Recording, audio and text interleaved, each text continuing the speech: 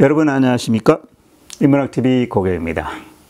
사마천 사기, 사마상여열전, 지난 시간에 제가 일부로 말씀을 드렸는데요. 이번 시간에는 2부를 진행하도록 하겠습니다. 먼저 시작하기 전에 1부에서 제가 사마상의 출생부터 한나라 무지에게 발탁되는 과정까지 말씀을 드렸습니다. 일부를 간략적으로 소개시켜 드리면, 사마상여는 중국 고대 한나라 때, 전한시대 때 살았던 인물입니다. 자신의 재산을 다 팔고 한나라 경제에게 나아가서 돈을 주고 관직을 사고 관직에 올랐지만, 사실 관직에 관심은 없었고 자기가 좋아하던 분야, 그러니까 유림의 선비들과 대화를 하고 토론을 하고 글을 짓고 이런 걸 좋아했던 거예요. 그래서 당시 한나라의 경제 황제 동생 양효왕이 있습니다. 이 양효왕을 따라서 그가 함께하는 선비들과 함께 문예를 즐기다가 양효왕에게 가버립니다. 그리고 시간이 얼마 지나서 양효왕이 죽자 사마상여는 자기가 그때까지 갖고 있던 것을 모두 잃어버리고 고향으로 다시 낙향했던 인물이죠. 이렇게 무일푼으로 고향에 돌아와서 그 지방의 현령의 도움을 받은 다음에 검은고 연주를 좀 잘했는 모양입니다. 그 검은고 연주를 통해서 부잣집 딸 탕문군을 유혹하게 되죠. 그리고 그녀와 사랑에 빠져서 도주를 합니다. 이런 식으로 부잣집 딸에게 장가를 갔지만서도 도망을 했기 때문에 자기 고향에 돌아와서 아주 가난하고 빈곤한 생활을 하면서 고생합니다. 하지만 뒤늦게 또 이 부잣집 처가의 재물덕을 톡톡히 받아가지고 다시 안정된 삶을 시작했던 사람이죠.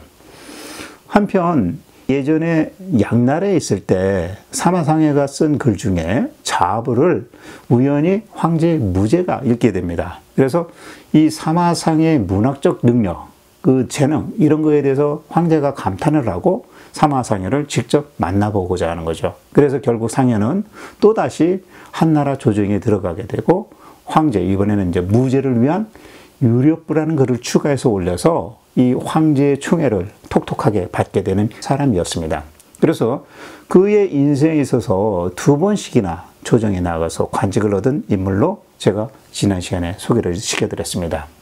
자, 이번 시간에는 무제 황제의 총애를 받게 된 사마상여가 한나라의 조정 관리로서 실행했던 여러 가지 공적들이 있습니다. 그리고 그가 추가로 황제 무제에게 글을 올렸는데, 대인부, 그 다음에 봉선부, 이런 글에 대해서 알아보는 시간을 가져보도록 하겠습니다. 사마상여가 한나라 무제의 총애를 받아서 난관이 된 지 몇 년이 지나서 한나라 무제는 북쪽의 흉노, 그리고 남쪽의 동월과 남월, 이 두 지역을 한나라에 복속시키고 한 일에 매진을 합니다. 그리고 서남쪽으로는 야랑이라는 지역 사람들이 한나라에 아주 우호적으로 나오도록 하기 위해서 선물, 재물 뭐 이런 것들을 이용해 가지고 서남 지역 야랑 사람들을 회유하기로 결정을 합니다. 자, 이 이야기 서남이 열전, 동월 열전, 그 다음에 남월 열전에서 제가 자세히 말씀을 드렸습니다. 필요하신 분들은 그 열전을 함께 보시고 이 영상을 시청하시면 더욱 많은 이해가 될 것이라고 생각합니다. 아무튼 한나라 무제는 당몽이라는 장수에게 그 당시 한나라 영역인 파군 그리고 촉군 지역에 파견을 보냅니다. 그래서 파군과 촉군 지역의 관리들 그리고 군졸들, 이런 사람들을 좀 징발을 해서 야량까지 가는 데 있어서 물자를 이송할 사람, 그런 사람들을 착출해서 야량까지 갈 수 있도록 지시를 합니다. 자, 그런데 보통 이런 말이 있죠. 완장을 채워주면 그때부터 미쳐 날뛰는 사람들이 있듯이, 이 당몽이 파촉 지역 사람들을 인원을 착출하는 데 있어서 상당히 강압적으로 하고, 또 반항을 하는 사람이 있다라면 그 사람을 지위 고하를 막론하고 살해해버리는 그런 무지막지한 일을 벌이게 됩니다. 자, 이렇듯 아나무인격으로 인원을 당몽이 막 동원을 시키자 파촉의 백성들은 한나라 조정을 원망하면서 한나라에 대한 민심이 흉흉해지기 시작합니다. 그래서 이 파촉군 사람들이 이런 말을 하는 겁니다. 아니, 한나라 조정에서 서남의 야량 사람들의 인심을 얻으려 하는 일 때문에 왜 우리 파촉 사람들만 죽어나가야 하느냐라는 그런 불만의 말을 막 합니다. 그래서 이런 말이 황제의 귀까지 보고가 들어온 겁니다. 그래서 황제가 이 상황을 보고받고 사마상여를 보내서 인원을 착출하는 데 있어서 강압적으로 시행했던 당몽을 좀 꾸짖고, 그 다음에 그 지역, 파촉 지역의 백성들에게 그 일은 당몽이 좀 무리는 했지만 그거 황제의 뜻이니 이해해달라라고 파군 백성들을 설득시키는 일을 할 수 있도록 사마상여를 보내게 됩니다. 자, 그래서 사마상여는 황제를 대신해서 파촉 지역에 딱 도착을 한 후에 경문을 써서 게시를 하고 그 내용을 알립니다. 파군과 이 촉군 태수, 그 다음에 그 지역의 관리들, 또 그 지역 백성들, 이런 사람들에게 알린 이 경문의 내용은 개략적으로 이러합니다. 당몽이 강압적으로 인원을 징발한 것은 촉군과 파군을 해하려고 한 게 아니고, 황제께서 오지에 살고 있는 서남의 사람들도 한나라의 보살핌을 좀 받을 수 있도록 지원하라고 한 일인데, 당몽이 너무 의욕에 앞서서 무리해서 일을 추진했으니 이거는 황제의 뜻이 제대로 전달되지 않고 왜곡된 것이다. 그래서 내가 당몽의 행위를 좀 뭐라고 하겠습니다 라고 합니다. 그리고 그렇다고 이 황제의 의도에서 벗어나서 파촉 사람들이 동요를 일으킨 것, 이건 역시도 당신들 황제에게 충성하지 못하는 그런 일입니다 라고 꾸짖습니다. 그리고 그 파촉 지역에 나이든 그 어른, 삼노라고 하죠. 이 삼노와 또 그 지역 책임자들이 좀 먼저 나서서 관할 지역의 민심을 좀 달래고 바로잡아야 하지 않겠냐. 그거 그렇게 하지 않고 오히려 그들과 동조하면 이거는 황제의 뜻을 반하는 일이다 라는 글을 적습니다. 자, 황제의 진심은 파촉을 헤아리려고 하는 게 아니고 접근하기 어려운 지역에 살고 있는 이민족에게도 모두 한나라의 보살핌 안에 있다라는 그런 베풀려고 했던 일이니까 동요하지 말고 황제의 진정성에 좀 동참을 해 주십시오라는 그런 경문을 사마상여가 파촉군에 가서 전달을 한 겁니다. 자, 여기서 당몽의 사례처럼 아무리 지도자가 좋은 의도에서 시작한 일이라도 그 일을 직접 실행하는 전달받은 사람이 윗사람의 지시사항을 제대로 헤아리지 못하고 그저 자기가 보여주기식으로 성급하게 행동을 한다면 그 일은 왜곡되고 또 잘못된 결과로 끝나는 것을 자주 목격하게 됩니다. 이렇듯 파군과 촉군의 사람들은 사마상여의 경문을 전달받아 읽은 후에야 그들의 동요를 풀고 그때부터 안정되기 시작을 했습니다. 그러니까 사마상여가 글로써 천자에 대한 백성들의 불만을 싹 수그러뜨리고 천자의 뜻에 따를 수 있도록 그렇게 동화를 시킨 거죠. 사마상여가 파촉에서 돌아옵니다. 그래서 천자에게 그 결과를 보고를 합니다. 그리고 사실 이 당몽을 그렇다고 해서 해직시키거나 파면한 건 아니고, 당몽은 그 사이에 야량이라는 그 남이 지역에 당도를 해서 그 야량 지역을 점령을 하고 야량과 한나라의 길을 통할 수 있도록 길을 내게 됩니다. 그리고 조금 더 나아가서 이번에는 남이가 아닌 서이 쪽으로 통하는 길을 개통하려고 계획을 합니다. 그래서 파군, 촉군, 그 다음에 광안 지역까지 군사를 대량으로 징발을 해서 이번에는 서해로 가는 도로를 개통하기 위해서 노동력을 동원시킵니다. 하지만 이 서해로 가는 지형은 상당히 험난해서 도로를 약 2년 이상이나 닦고 있는데도 완성을 할 수가 없었습니다. 그리고 그 노동에 동원된 사졸들 대다수가 뭐 힘겨워서 죽고 풍토병이 들어 죽고 뭐 이렇게 됐고, 또 도로를 내는데 그 비용도 막대하게 들었습니다. 이런 식으로 파촉의 백성들은 물론 한나라 조정에서도 야, 이거 서해로 통하는 도로 건설 이거 꼭 해야 되느냐, 이거 필요 없는 일 아니냐라는 그런 주장을 하는 사람들이 많이 나타나기 시작을 했습니다. 그 반면에 서해 지역의 공, 작 이런 이제 부족들에 사는 족속의 이름인데, 이 서해의 군장들은 남이가 야량 지역입니다. 남이가 한나라와 왕래를 해서 이득을 많이 받았다라는 소식을 자기들도 듣고 우리도 한나라의 신하가 되기를 원한다. 그러니 하루빨리 한나라 관리를 우리 지역에 좀 배치를 해서 우리도 저 남이와 같이 좀 대우를 받게 좀 해달라라고 스스로 요청을 해옵니다. 그래서 서희 지역 진출에 대한 찬반 여론에 한참 고민하던 한무제는 사마상여에게 이 일을 어떻게 했으면 좋겠는지 대책을 묻습니다. 이때 사마상여는 황제에게 이렇게 대답을 합니다. 공작, 염방, 이 서희 지역은 촉군에서 아주 가깝고 길 또한 개통하기가 쉽습니다. 이전에 진나라 때는 이 사람들하고 왕래를 하면서 군과 현까지 두었는데 우리 한나라가 건국되면서 그것을 폐지해 버렸습니다. 이제 다시 서희하고 왕래해서 군현을 설치를 한다면 남이보다도 서희하고 관계가 더 좋을 것입니다. 라는 말을 전해줍니다. 자, 한무제는 사마상여의 의견을 받아들이고 사마상여를 중랑장으로 임명한 다음에 부조를 가지고 그 밑에 부사 몇 명을 붙인 다음에 선물을 가득 지참하게 해서 사신으로 서희를 향해서 보냅니다. 이와 같이 사마상여가 자기 일행을 이끌고 일단 가장 먼저 척군에 딱 도착을 했습니다. 그러니까 그때 촉군의 태수, 뭐 그 이하 관리들, 그 다음에 그 촉군의 부로들 이런 사람들이 다 나와가지고 사마상여를 아주 반갑게 맞이하는 겁니다. 자, 이때 사마상여의 장인이 되는 타광손도 임공연의 그 모든 부로들, 타광손 포함해서 사마상여에 함께 쫓아온 문화상 이런 사람들을 통해서 소, 술 이런 뇌물이죠 말하자면 이런 걸 막 서로 바치면서 사마상의 환심을 살려고 환장들 합니다.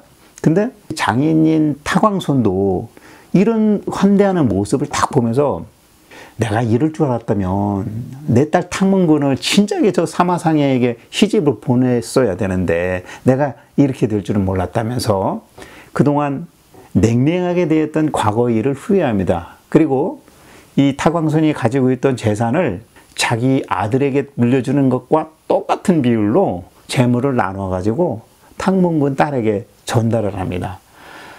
자, 이처럼 사마상여가 비록 예전에 타광손의 딸 탕문군을 막 유혹해가지고 야반 도주를 했지만 이제서 장인에게 아주 인정을 받는 그런 위치가 된 겁니다. 자, 여러분, 이처럼 사람 일은 세상 사람 일은 모르는 것입니다. 타광손이 사마상여가 가난하다고 해서 얼마나 구박하고 자기 딸과도 연을 끊겠다는 식으로 나왔었는데 이제 마음이 180도 바뀐 겁니다. 이런 사례를 보면 우리가 평소에 사람 대하기를 언제나 귀하게 대해야겠다라는 그런 생각이 듭니다. 사람 인생 어떻게 바뀔지 모르기 때문인 것입니다. 자, 사마상여는 이번 출행으로 서희 지역을 모두 이제 평정을 합니다. 그리고 한나라에 다 귀화시킨 다음에, 귀의를 시킨 거죠. 복속시킨 다음에 한나라 조정으로 돌아와서 그 성과를 한무제에게 보고를 합니다. 그러자 한무제는 그의 공로에 무척 기뻐하는 거죠. 자, 그런데 어떤 일이 이렇게 계획되거나 실행될 때 사실 모두가 찬성하고 모두가 환영하는 건 아니죠. 촉군 사람들도 사실 그렇습니다. 초기에는 한무제의 서희 이 융화 정책을 상당히 거부했었습니다. 특히 이 촉군의 장로, 오래된 지도자, 내지는 뭐 지도층 이런 사람들은 서남이 지역 사람들을 한나라에 귀속시키는 것, 그것은 한나라의 이득이 절대 안 된다라고 하면서 아주 강력히 반대했습니다. 그리고 이 서남이로 통하는 길을 내는 데 있어서 부정적인 사람들이 상당히 많았습니다. 그런데 어떻게 이 사마상여가 서남이 지역의 사람들을 흡수하는 데 있어서 반대하거나 싫어했던 사람들, 이런 사람들을 설득시켰는지 그 이야기를 좀 말씀드려 보도록 하겠습니다. 일단 서남이 진출을 반대한 사람들에 대한 그 잘못된 점을 황제에게 잘못됐다 이렇게 설득시켜봐야 황제가 받아들이기 어렵다라는 것을 미리 사마상여가 예감을 합니다. 그래서 사마상여는 이것을 말로써 설득시키는 것보다 글로써 한무제에게 보고를 해야 되겠다라는 마음을 갖습니다. 그래서 글로써 한무제에게 보고를 하는 거죠. 그 글의 내용은 이렇습니다. 촉군에서 지배력 있는 부로들과 대화하는 형식을 빌려가지고 사마상야가 촉군의 부자들, 그런 그 유지들, 이런 사람들과 논쟁하는 내용을 담아서 그들을 나무라는 내용으로 작성해서 보고서를 올립니다. 이 보고서를 읽게 된 한무제가 간접적으로 스스로 좀 깨닫도록 하기 위해서 풍간이라고 하죠. 그러니까 비유적으로 깨닫게 하는 방식의 형식으로서 이 글을 작성한 겁니다. 여기서 사마상의 글재주가 다시 한번 효력을 발휘하는 그런 계기가 된 글입니다. 그리고 이 글 안에는 사마상야가 촉군까지 사신으로 오게 된 취지를 밝혀서 촉군 사람들로 하여금 천자의 뜻을 헤아리게 할 수 있도록 구성되어 있습니다. 사마상야가 한무제에 올린 글 내용 이렇습니다. 제가 촉군에 도착하자 촉군의 분우들이 저를 찾아와서 이렇게 말했다는 거죠. 아니, 당신 사마상야는 천자의 뜻을 받들어서 야란까지 길을 내고 이제 다시 서위까지 추가로 길을 만들어내려고 하는데 그 일은 상당히 힘들고 어렵고 오히려 이 일로 인해 가지고 사마상야 당신이 아주 고생만 하고 고충만 늘어갈 건데 우리는 오히려 당신 참 걱정됩니다 라면서 위로를 했다는 겁니다.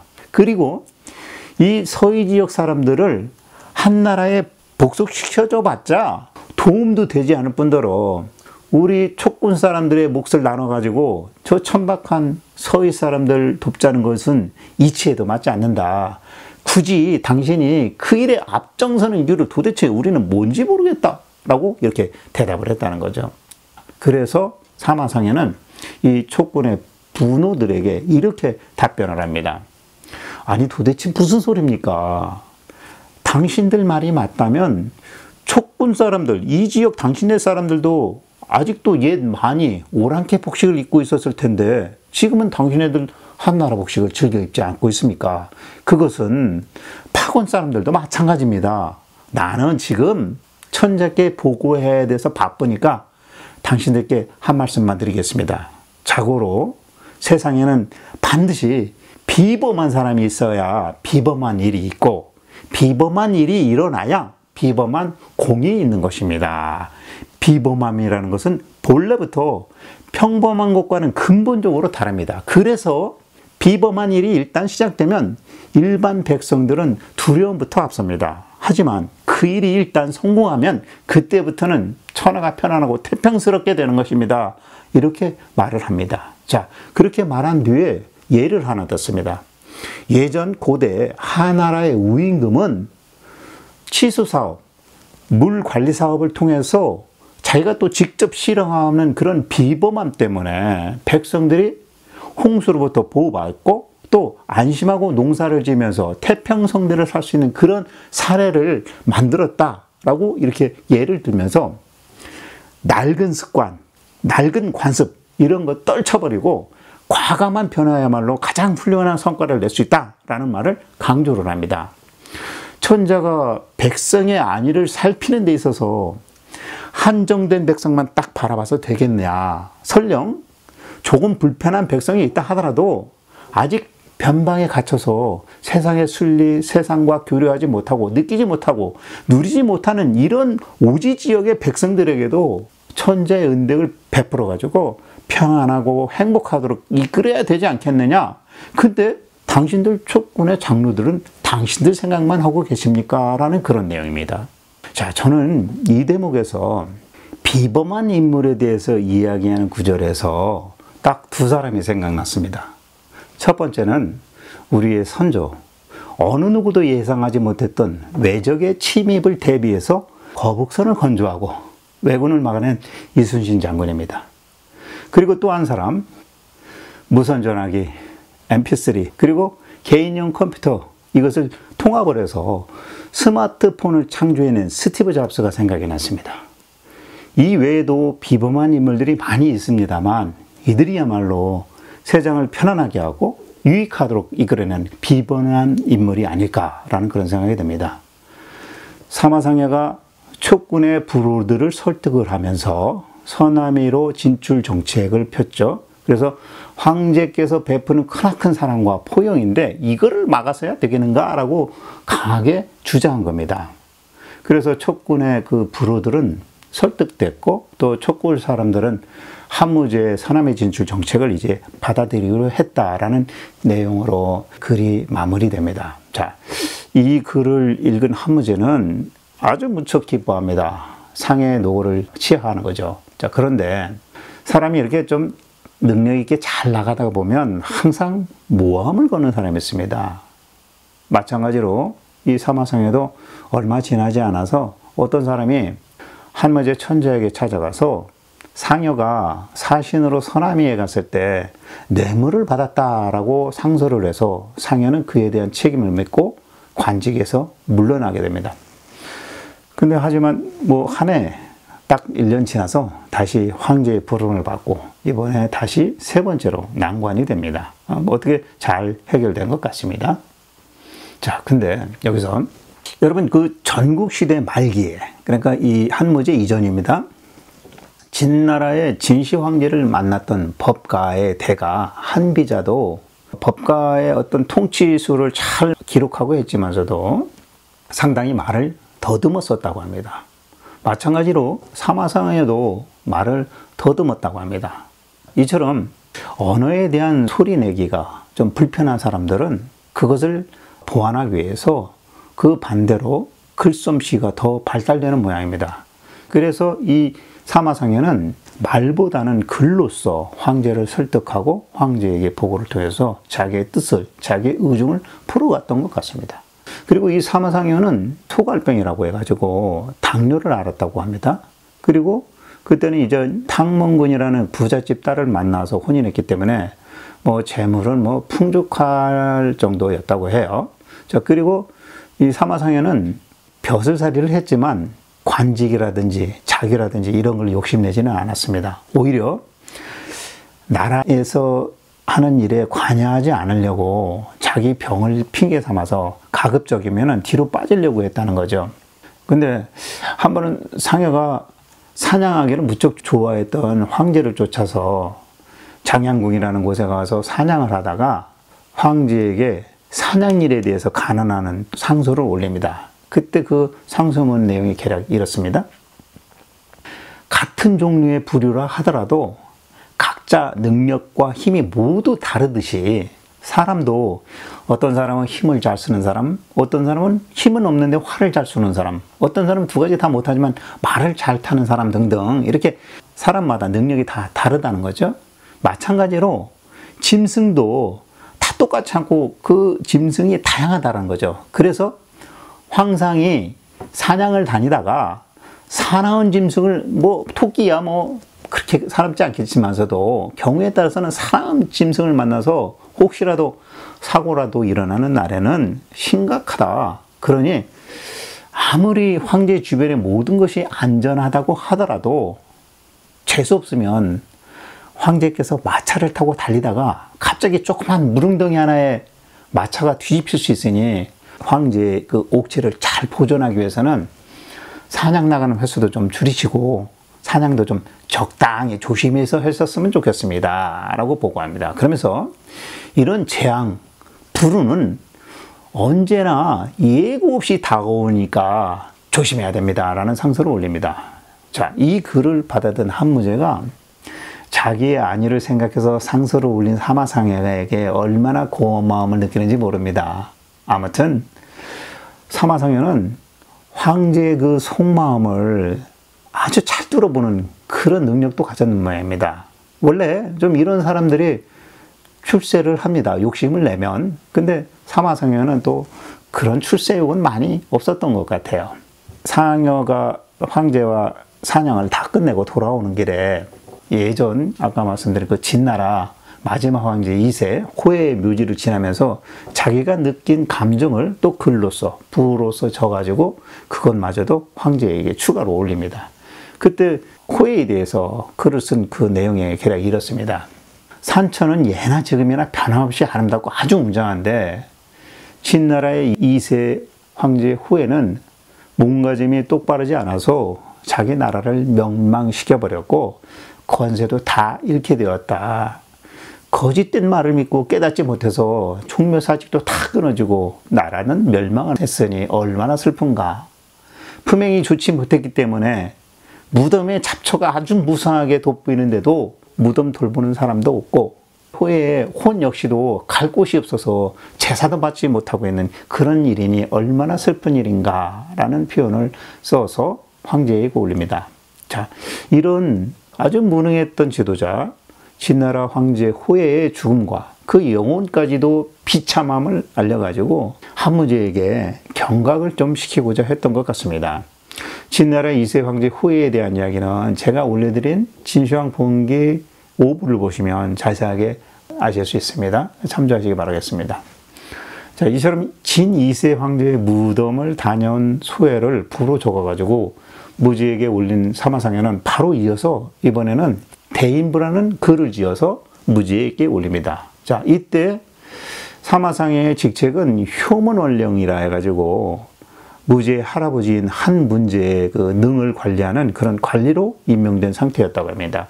그래서 이 사마상야가 초창기 황제에게 자어보와 상림부를 통해서, 지난 일부에 말씀드렸던 자어보와 상림부를 통해서 황제를 깨우치게 만든 일이 있었죠.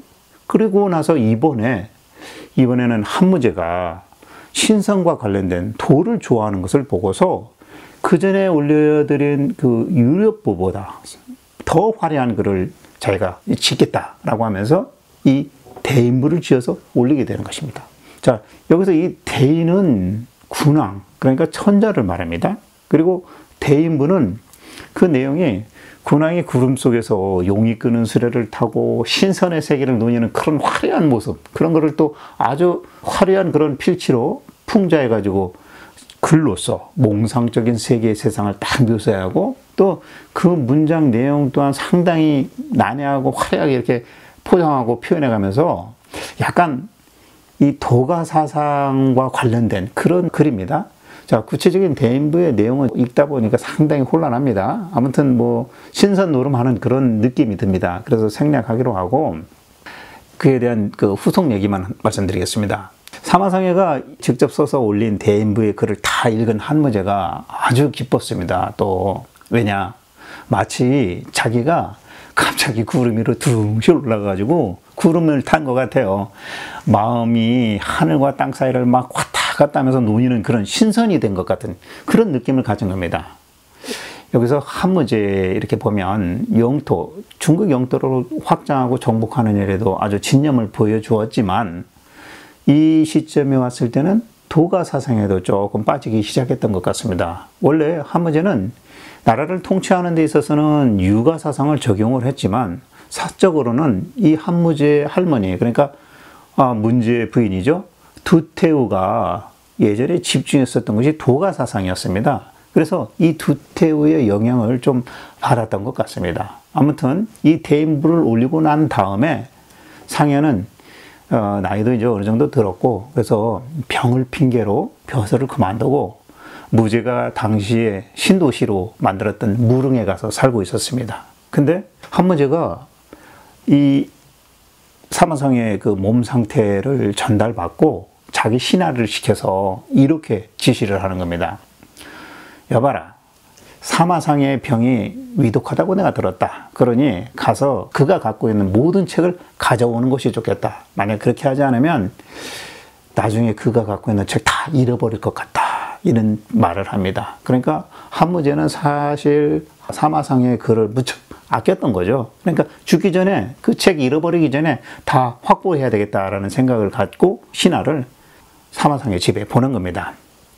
그런데 이 천자가 보낸 신하가 사마상여 집에 도착하기도 전에 사마상여는 이미 죽고, 또 이 신하가 그 집에 도착하고 났더니 이미 책이 하나도 없는 겁니다.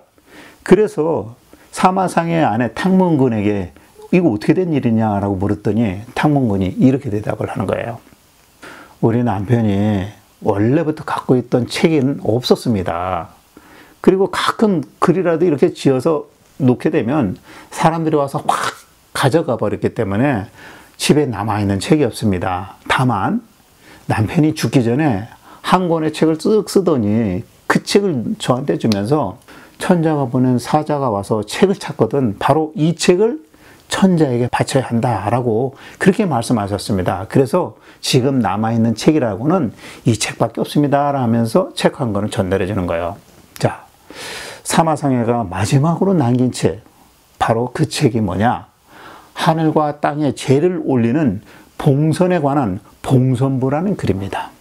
자, 그 내용은 오래전부터 이어져 내려온 하늘과 땅의 대리자인 천자의 지위로서 죄를 올려야 한다. 하늘과 땅에 죄를 올려야 된다라는 그 당위성과 필연성에 대한 그런 내용의 글이었습니다. 사마상해가 주창한 봉선제를 시행해야 한다라는 글을 전해준 거죠. 이때 조정 내에서 모든 그 행사를 주관했던 대사마가 황제 무지에게 사마상해의 건의대로 우리 봉선을 올려야 됩니다라는 주장을 강력하게 합니다. 그러자 결국 한무제는 그 뜻을 받아들여 가지고 사마상해를 칭송하고 봉선제를 올리게 됩니다. 이 봉선이라는 것은 중국의 제왕, 천자, 황제가 천지, 그러니까 하늘과 땅에 제사 지내던 의례로 시작되었고, 최초로 봉선을 한 것은 지난번 진시황제에 나왔던 시황제입니다. 이 진시황제가 태산에 올라서 산꼭대에서 하늘의 제사를 지내고 또 그 산에 내려와서 양보산에 가가지고 땅에 제사를 지냈었습니다. 그래서 봉이라고 하면 옥으로 만든 판에 원문을 적어놓고 돌로 만든 상자에 봉해갖고 천신, 하늘의 신에게 비는 일이고, 또 선이라는 것은 토단을 만들어서 땅의 신에게 비는, 지신에게 비는 그런 일이었습니다. 무제는 결국 사마상해의 간언대로 사마상해가 죽은 지 5년 뒤 토지신 후토에게 제사를 먼저 지냅니다. 그리고 나서 8년이 더 지나서 이번에는 중앙부에 있는 중학의 숭산에서 또 제사를 지내고, 그러고 난 다음에 태산에 올라서 봉을 행하고 또 양보산에 이르러 가지고 선을 대규모로 시행을 했다라고 전해지고 있습니다. 자, 이와 같이 사마상해를 쭉 말씀을 드렸는데, 사마천은 마지막에 사마상해에 대해서 이렇게 말을 합니다. 사마상해가 쓴 글은 솔직히 보면 허황된 문자, 과장된 말이 많다. 하지만 그가 글을 그렇게 쓴 취지에는 절약, 검소 이런 거에 결론 지어진다. 그러니 이 글이야말로 시경에서 나오는 풍간, 빗대어 깨닫게 하는 그런 풍간과 무슨 차이가 있겠냐라고 평가를 내립니다. 그러니까 사마상해에 대한 글을 뜻있는 글이다라고 생각을 했던 겁니다. 그래서 사마천은 사마상해가 지었던 부들을 쭉 이 사마상해 열전에 기록해 놓고 있는 거죠. 자, 그러면 여기서 제가 추가로 이 봉선제에 대한 내용을 조금 더 말씀드려 보도록 하겠습니다. 중국인들은 하늘을 좀 신봉을 했습니다. 그래서 오악이라고 해서 중국에 아주 이른난 산 5개가 있습니다. 이 오악에서 하늘에 가장 가까운 곳으로 여기고 제를 지냅니다. 그런데 이 태산에서 봉선하는 것, 이것은 하늘에 대한 존중이고, 봉선제를 하는 데 있어서 많은 황제들, 제왕들이 있었지만 봉선제에 올라서 태산에서 한 사람은 딱 6명밖에 없다는 거죠.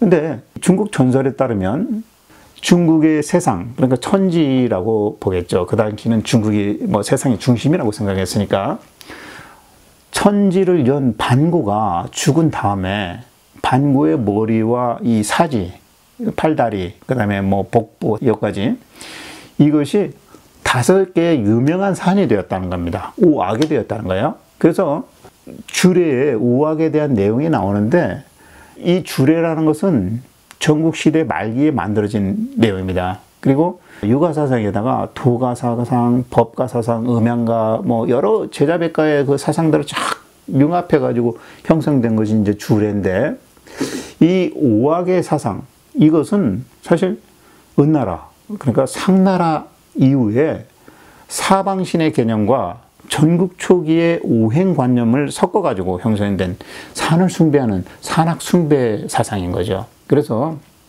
맨 처음에 한나라 무지의 후손인 한선제 때 5개 유명한 산을 오악을 확정하게 되는데, 맨 먼저 동쪽에는 산동 지역의 태산, 지금 말하는 태산입니다. 해발이 약 한 1545m 정도 된다고 그래요. 그리고 서쪽에는 섬소성에 있는 화산, 그리고 가운데 중앙에는 하남의 숭산, 그리고 남쪽의 남악에는 안위성의 천수산, 그 다음에 북쪽에는 하북성의 대무산, 이렇게 해서 5개 산을 지정을 했는데, 시간이 지나면서 이후에 이제 수나라 때 남악의 안위성의 천주산은 호남의 형산으로 바뀌고, 또 더 지나서 명나라 때는 북악의 하북성의 대무산은 산소성의 향산으로 이렇게 바뀌었다고 합니다. 그래서 총 5개 산에서 거기 이제 2개의 산을 더해서 7개 산이 거론되는 거죠. 자, 그때 이 동쪽 태산이 왜 이 5가지 오악 중에서 가장 으뜸으로 칭하게 되어졌을까에 대한 그 궁금이 일어나죠. 궁금증이.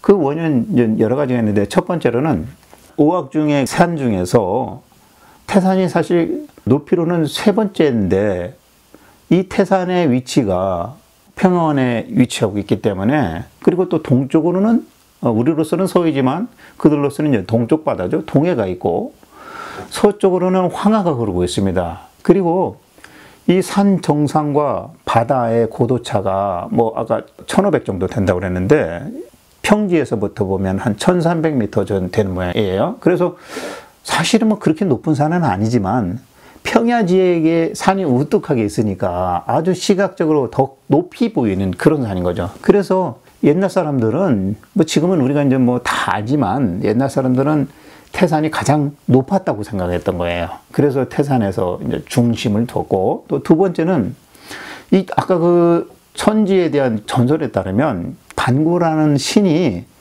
머리가 동하게 되었고, 또 반구라는 신의 그 왼쪽 팔이 남하게 되고 오른쪽 팔이 북하게 되고, 또 그리고 몸이 그 중하게 되었고 발이 서쪽에 서하게 되었다라고 이렇게 얘기하는 겁니다. 그래서 반구의 머리 부인 태산이 당연히 오악 중에 으뜸이다라고 이렇게 생각을 했던 거죠. 그리고 이 동쪽은 원래 태양이 떠오르는 곳 아닙니까? 그래서 옛날 사람들은 이 동방의 어떤 생명의 원천으로 이렇게 인식을 했기 때문에 동쪽에 위치한 태산이 가장 으뜸이다. 그러면서 동시에 만물을 잉태시키는 그런 장소로 여겼고, 또 그 산을 신성하게 더 여겼다라는 겁니다.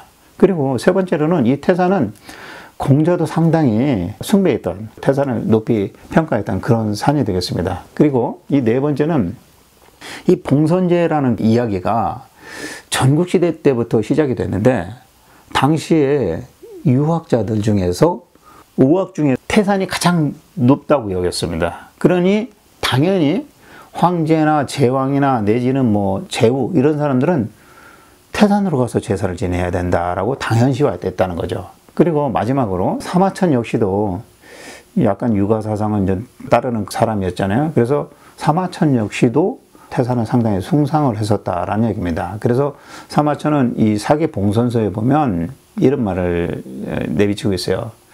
자고로 하늘의 명을 받은 제왕이라면 왜 봉선을 하지 않느냐라는 그런 얘기도 쓰고 있습니다.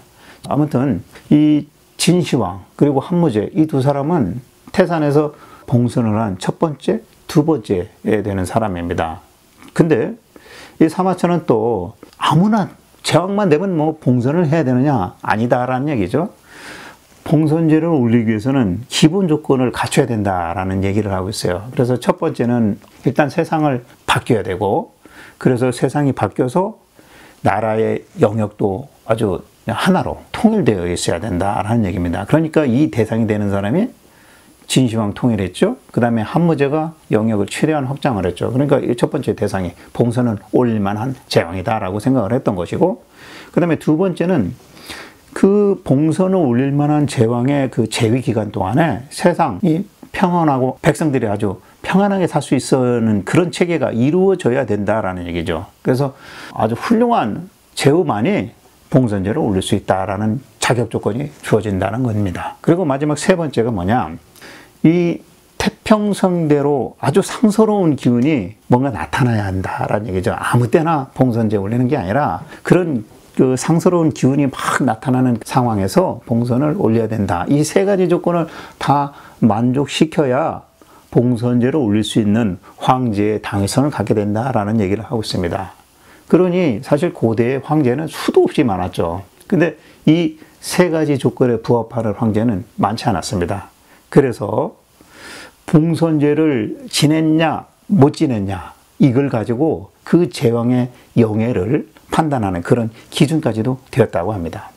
그래서 이 상나라 이래로 태산에서 봉선제를 거행한 사람이 6명이라고 말씀드리지 않았습니까? 그 6명이 누구냐면 첫 번째는 진시황, 진시황제입니다. 그리고 두 번째가 오늘 이야기하고 있는 한무제입니다. 그리고 세 번째가 후한을 시작하게 된 광무제입니다. 그리고 네 번째가 당나라 고종입니다. 그리고 다섯 번째가 당나라 현종인 거죠. 그리고 마지막으로 송나라 때 송진종입니다. 자, 이렇게 딱 6명입니다. 자, 송나라 이후에 또 쭉 역사가 흘러가면서 명나라 때, 이 명나라 때부터 주원장이죠. 주원장은 태산에서 봉선제를 지내는 것을 취소시켜 버립니다. 그리고 이 명나라하고 그 다음 때인 청나라 이 양왕조에서는 이 원래의 그 봉선제 제사를 바꿔버립니다. 대신에 태산에 가지 않고 북경의 천단, 그 다음에 지단 이 두 곳에서 하늘과 땅, 천지의 제사를 지내는 방식으로 바꿔버립니다. 그래서 그 뒤로는 뭐 제왕이 더 이상 태산까지 올라가서 봉선제를 올리거나 뭐 이러지는 않았다라는 얘기입니다. 자, 여기까지 제가 봉선제에 대한 얘기 간략하게 말씀을 드렸습니다. 자, 그러면 다음 회 예고 드리겠습니다. 다음 회는 이제 회남왕, 형산왕 두 사람에 대한 얘기입니다. 회남 형산열전 전해드리도록 하겠습니다. 자, 지금까지 시청해 주신 여러분 감사합니다. 다음 회 또 기대해 주시고 편안한 시간 되시기 바라겠습니다. 다음에 또 뵙겠습니다. 감사합니다.